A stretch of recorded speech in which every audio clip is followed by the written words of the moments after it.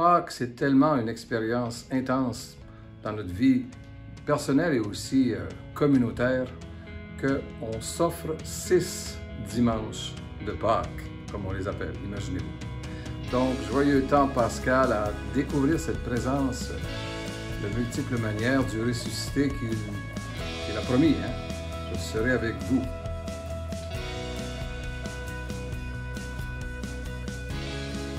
Depuis le matin de Pâques, on célèbre quelque chose de tellement fort, matin de la résurrection.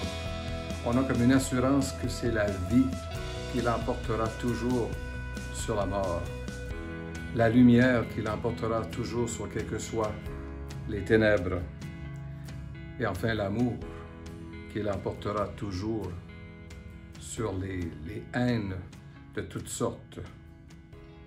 Voilà ce qu'on peut, je dirais, célébrer dans la foi et dans la joie en ce temps pascal. Le pape a dit ceci, le lendemain de Pâques, un message à toute l'humanité. Chaque aujourd'hui depuis Pâques, chaque aujourd'hui peut espérer désormais un demain. Chaque fin peut espérer un nouveau commencement. Chaque instant est projeté au-delà des limites du temps. C'est bien dit, hein? Vers l'éternité même.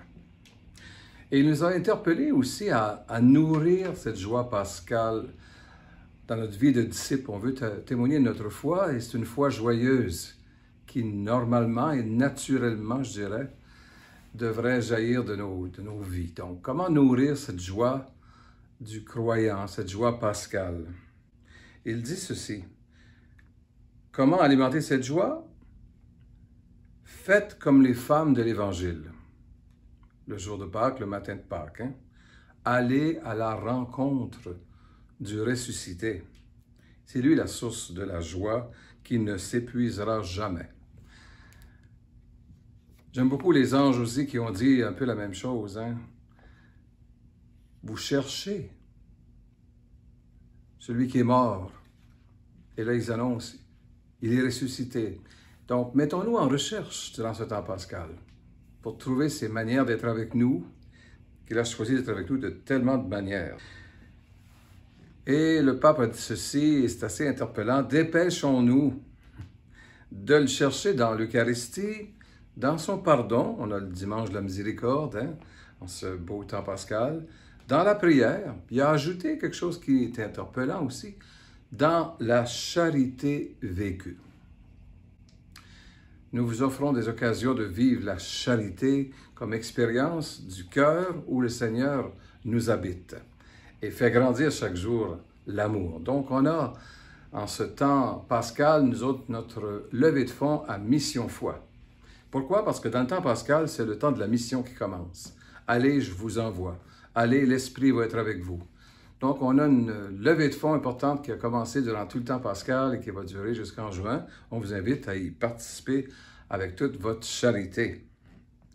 Le 21 avril aussi, dans la tradition, c'est le dimanche des vocations, comme on l'appelle, où on prie pour les vocations. Nous, aux œuvres pontificales, on vous invite de façon particulière avec l'œuvre de Saint-Pierre apôtre, aujourd'hui connu sous le nom aussi de prêtre de demain. On vous invite à prier justement pour les vocations des séminaristes et des consacrés qui sont en formation. On vous invite à les soutenir aussi en allant voir ce site, Prêtre de demain. Et on n'oublie pas que la mission, ça concerne, c'est l'affaire de tous les baptisés. Alors, c'est un temps de grâce qui est le temps pascal, où se renouvelle, je dirais, le feu sacré de la mission. Donc, remettons le cap sur la mission avec le ressuscité qui nous envoie. Il nous le dit, je vous envoie l'Esprit, puis je suis avec vous pour accomplir cette mission. C'est l'affaire, donc, d'annoncer cette bonne nouvelle à toutes les nations. Et nous le ferons en soutenant les œuvres pontificales missionnaires. Et nous le ferons aussi en s'impliquant tous ensemble dans la mission ici, chez nous, comme partout. Donc, bonne mission, tous et toutes, ensemble.